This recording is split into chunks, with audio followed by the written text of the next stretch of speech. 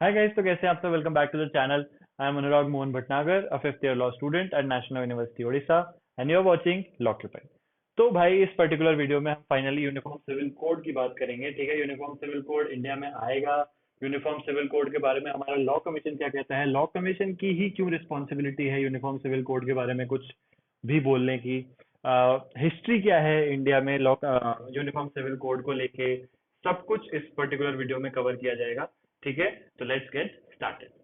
तो भाई, मैं तुम्हें एक ब्रीफ इंट्रोडक्शन दे देता हूँ कि ये वीडियो हम क्यों देख रहे हैं बेसिकली। ठीक है, तो over the period of next 30 days, अगले 30 दिनों के लिए लॉ कमीशन ने कमेंट्स मांगे हैं from the general public, from the political parties and others on uniform civil code.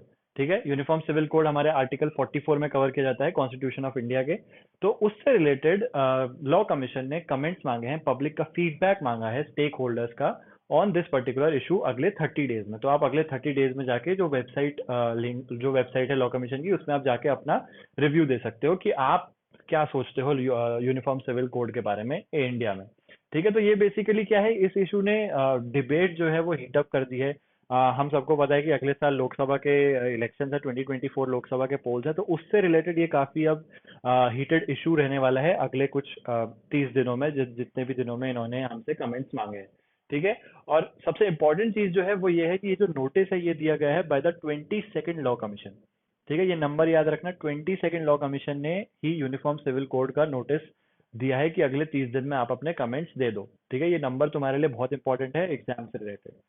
ठीक है, तो भाई अब बात करते हैं कि यूनिफॉर्म सिविल कोड क्या है बेसिकली। तो यूनिफॉर्म सिविल कोड जो है वो बात करता है कि पूरे इंडिया में सिर्फ एक लॉ होगा, जिससे कि रिलीजियस कम्युनिटीज में इन matters such as marriage, divorce, inheritance, adoption, ये सारी चीजें उस एक पर्टिकुलर लॉ से गवर्न होगी। अभी क्या होता है, इंडिया में हिंदूज का अपना लॉ है जिससे वो मैरिज, डिवोर्स, इनहेरिटेंस वगैरह देखते हैं। हिंदू मैरिज एक्ट है, हिंदू सक्सेशन एक्ट है, मुस्लिम्स का अपना अलग लॉ है। ऐसे ही हर हर कम्युनिटी का अपना अलग लॉ है जिससे वो ये सारे मैटर्स फिलहाल के लिए देखते हैं। अब यूनिफॉर्म सिविल कोड अगर इंडिया में आता है तो उससे ये होगा कि इन सारे मैटर्स पे एक ही लॉ होगा। इट डजेंट मैटर कि आप हिंदू हैं, आप मुस्लिम हैं, आपका कोई और रिलीजन है, क्रिश्चियन है, सिख हैं, ईसाई हैं, इससे कोई फर्क नहीं पड़ता कि आपका क्या रिलीजन है। बट अगर यूनिफॉर्म सिविल कोड इंडिया में आ गया तो इन सारे मैटर्स पे एक ही लॉ लगेगा। यूनिफॉर्म सिविल कोड, इस नाम से ही हमें समझ आ रहा है। ठीक है, अब यूनिफॉर्म सिविल कोड किस पर्टिकुलर लॉ में लिखा गया है, तो आर्टिकल 44 जो है कॉन्स्टिट्यूशन ऑफ इंडिया का, that covers the topic of uniform civil code, and it states that the state shall endeavour to secure a uniform civil code for the citizen throughout the territory of India. ठीक है, तो ये article 44 में है constitution of India के। ठीक है, तो अब बात करते हैं आर्टिकल 44 के बारे में। तो आर्टिकल 44 जो है डीपीएसपी में, directive principles of state policy में, उसका एकमात्र ऑब्जेक्टिव जो था वो ये था कि डिस्क्रिमिनेशन एड्रेस करना। ठीक है, जो भी वल्नरेबल ग्रुप्स हैं और उनके अगेंस्ट जो डिस्क्रिमिनेशन होता है उसको एड्रेस करने का काम था आर्टिकल 44 का, यानी कि यूनिफॉर्म सिविल कोड का। और जो हमारे कॉन्स्टिट्यूशन मेकर्स थे उनमें से जो सबसे मेन थे डॉक्टर बी आर अम्बेडकर, उन्होंने जब कॉन्स्टिट्यूशन वो फॉर्मुलेट कर रहे थे तब भी उन्होंने यही बोला था कि जो यूनिफॉर्म सिविल कोड है वो वॉलेंटरी ही होना चाहिए।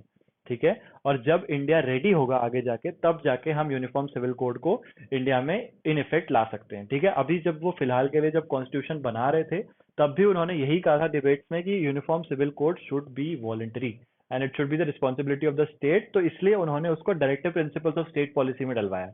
आर्टिकल 44 में इसीलिए डलवाया क्योंकि ये ऑप्शनल होना चाहिए था, तब इंडिया रेडी नहीं था फॉर यूनिफॉर्म सिविल कोड, इसलिए उन्होंने आर्टिकल 44 में ही डलवाया under the head of directive principles of state policy. हम सबको पता है भाई, डीपीएसपी का वायलेशन लेके हम कोर्ट पे नहीं जा सकते कि ये स्टेट ने आर्टिकल 44 मेरा वायलेट किया है तो आप स्टेट के अगेंस्ट एक्शन लो। हम ऐसा नहीं कर सकते, डीपीएसपी एक्शनेबल नहीं है। ठीक है, तो इसलिए डॉक्टर बी आर अम्बेडकर ने भी उनको directive principles of state policy के ही अंडर डाला कि ये प्रिंसिपल्स हैं जो स्टेट को फॉलो करने चाहिए, बट मैंडेटरी नहीं है।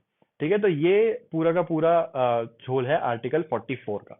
ठीक है, तो भाई अब बात करते हैं कि अगर मान लो चलो कल को यूनिफॉर्म सिविल कोड इंडिया में आ गया तो उससे होगा क्या। लॉ तो तब भी था, सारे लॉज तो तब भी एप्लीकेबल हैं, और ये यूनिफॉर्म सिविल कोड आ गया तो ये भी तो एक लॉ ही है।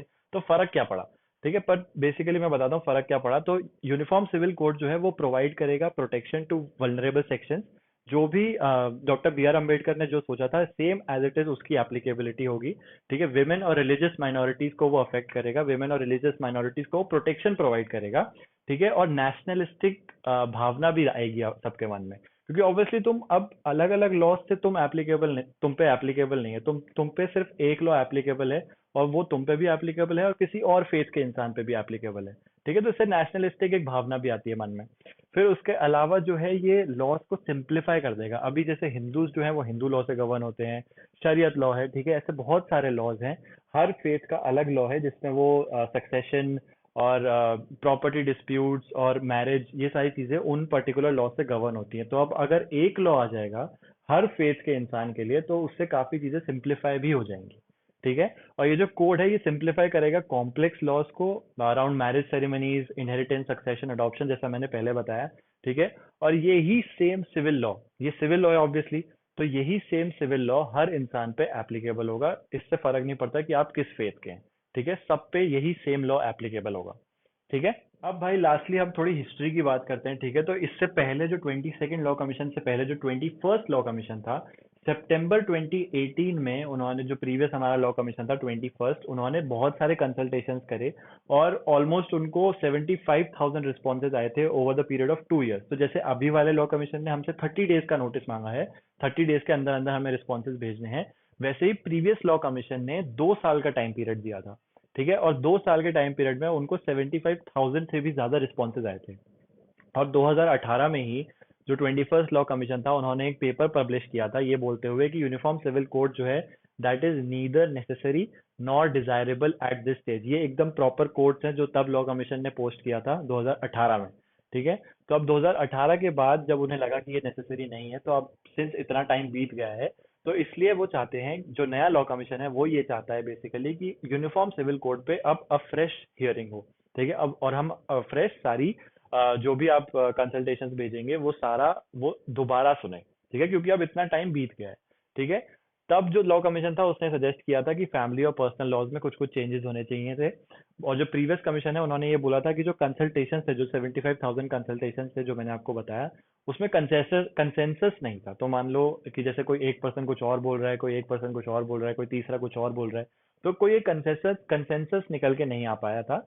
इसलिए जो प्रीवियस लॉ कमीशन था उसने यूनिफॉर्म सिविल कोड के बारे में ज्यादा कुछ किया नहीं, और सिर्फ इतना बोला कि uniform civil code was neither necessary not desirable at this stage. This stage मतलब 2018 का टाइम। ठीक है, तो भाई इसी के साथ we have come to an end of our particular video. अगर ऐसी वीडियोस और चाहिए तो कमेंट्स में भी बता देना। टेलीग्राम चैनल का लिंक भी डिस्क्रिप्शन में है, टेलीग्राम पे भी जाके बता सकते हो। ठीक है, और अगर बाकी वीडियोस नहीं देखी हैं जो अभी रिसेंटली डाली हैं, तो वो भी यहाँ कहीं आ रही होंगी। ठीक है, वो भी देख लेना। ठीक है, मैं डिस्क्रिप्शन में भी लिंक दे दूंगा, उसके अलावा भी तुम यहाँ भी देख सकते हो। ठीक है, आई सी you in the next class. Bye bye.